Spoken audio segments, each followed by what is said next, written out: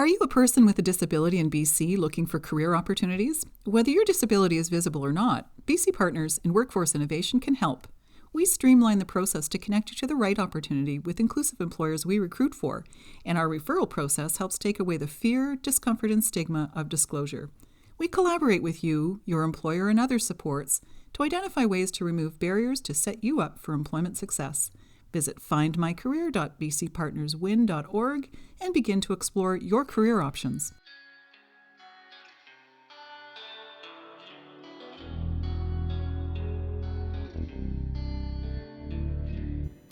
Hello and welcome to Discover Stories on Reimagine Radio. I'm your host, Sean Burdette with the Vancouver Adapted Music Society. Today on the show, we have Teri Thorson. Teri is a peer program coordinator at Spinal Chord Injury BC, board member of BC Wheelchair Sports, as well as a former Paralympic athlete. Teri, thank you so much for coming on today. How's it going? Thanks, Sean. I'm doing pretty good today. Nice to be here with you. Thank you so much. So just starting off here, why don't you tell us a little bit about yourself? Sure. Well, I am a mother of a 12-year-old boy. I have a spinal cord injury myself. I'm at what they would consider a C6 level, so it's kind of the very low cervical level. So I have pretty good arm function, but no hand function. And I'm what they call a complete injury, which means I have no function below my level of injury. So no feeling, no, movement in my legs, chest, or like I said, my hands. I'm an athlete. So as you mentioned, competed at the Paralympics in 2004 in racing. Also was on the provincial team of rugby, and now I'm coaching rugby. What more can I tell you? I am really involved in adaptive fashion right now as well. Have sort of a background in that, and really enjoy sort of fashion. You wouldn't know it if you're seeing me right now in my home in my sweats. But anyways, typically I try to image has always been very important in like presentation. So yeah. But yeah, I'm getting a little bit older now. I've been living with a spinal cord injury for a while, and closing in on my 50th, turning 50 this year. So that's like a big year for me. Right on.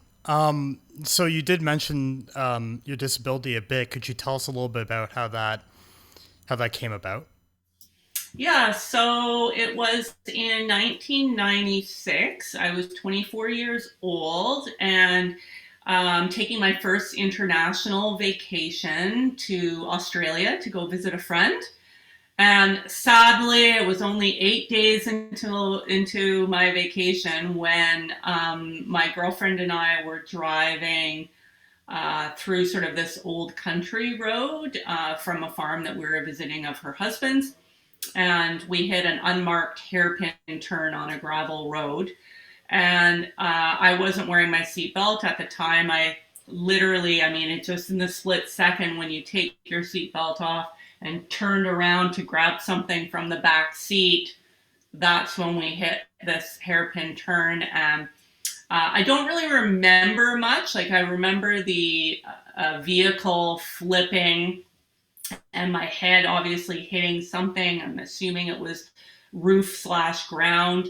And then really the moment after, I was outside the vehicle and, knew that something was wrong. I instantly was like, I don't feel anything. I didn't know what a spinal cord injury was at the time. So I didn't really understand that, but, obviously knew, I was in shock. I didn't have any pain, which is good.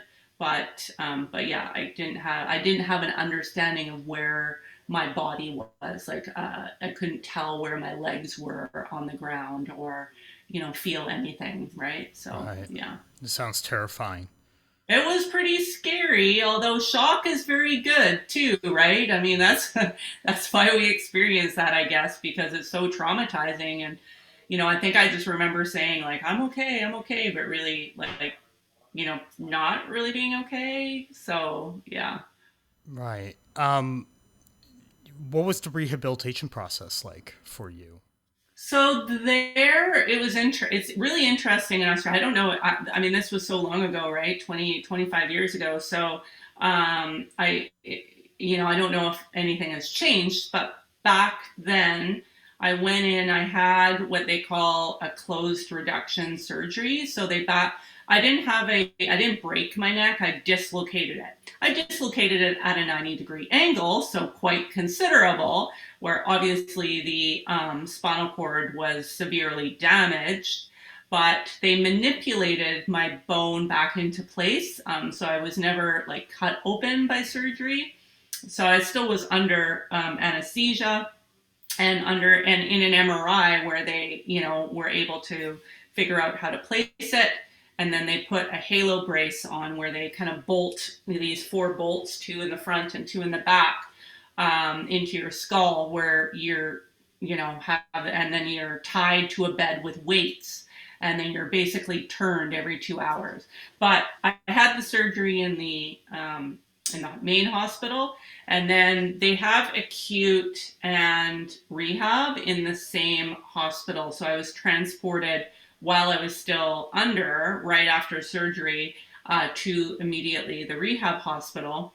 So when I woke up from surgery, I was in sort of that acute rehab stage, which I think is really good because you're then around people that have similar injuries as you, right? So I was in acute there for a number of weeks until, I stabilized my breathing, and then they moved me into a hospital, into the kind of more rehab hospital, where I was there for 2 months. So 2 months mostly just lying down, like not being able to sit up because I had these weights that were, tied to my head. So you have, these care workers coming in and turning you every 2 hours, like side to side. So that part was pretty horrifying. They would wheel my bed out, so I would be in the sun sometimes. And then really my focus at that point was being, going home, right? So I had my injury in October and it was December and I was getting close to Christmas, and, I just wanted to be back with my family. I was very lucky that my family, and I had a really great job at the time, they all came out to visit me. So I was never, on my own. I always had people around me, family and friends, which was really great. But yeah, I still wanted to get home. So that was my focus. Came home and spent 9 months in rehab. They don't do that anymore, Sean, let me tell you. Now it's like, in and out. But yeah, that was a long hospital stay until it was safe for me to be able to, until they deemed it safe for me to be able to go into the community and live, my life again. So Right. How did your life initially change following this accident? Well, I mean, in some ways drastically, and in other ways completely normal, like going back to normal. So like I mentioned before, I was really lucky to be able to have a really great job, and it just happened to be in computer software. We manufactured a computer program, and I managed the technical team, and you don't need any function to be able to do that. I mean, really back in a long time ago, they kind of pushed tetraplegics to go do computers, right? Because there was voice activated software, and, and technology was sort of easy to get into. Well, I was already into it and I loved it. I loved what I did. So that was part of my rehab process, was going back to work, finding out, how I could be able to do that again. And with just a little adaptive technology, it was completely, fine. And they were very accepting at my work as well. So that was amazing. But on the other side too, I was a fashion model. I was a professional dancer. I had kind of a lifestyle where, it was very about image and superficial. And so I lost a lot of those friends, because I wasn't involved in that anymore. Some did stick around, and I'm still really good friends with them to this day. And of course, friends of mine from my work and from before, even that I've known since childhood, they've always been around. But that feeling of where I mentioned before, image is so important to me, felt like I died in that. I had to rebuild myself and my self-image, which was such a big part of my life at that time, that I didn't know, I always said that Teri died, right? Like, that Teri doesn't exist anymore. So it was a rebuilding of a new Teri. Now, I think of it differently now, of course, but that's how I looked at it back then. Yeah, you mentioned this rebuilding a Teri. What was that process like for you? What was involved with that? Well, it was, a lot of reflection. I've done a lot of, courses and training, and just trying to get deeper into myself and find out what it is, trying different things. It took me a good 5 years to really, I really just focused on my work, because that was like normal to me, right? And that was the only sense of normalcy that I had.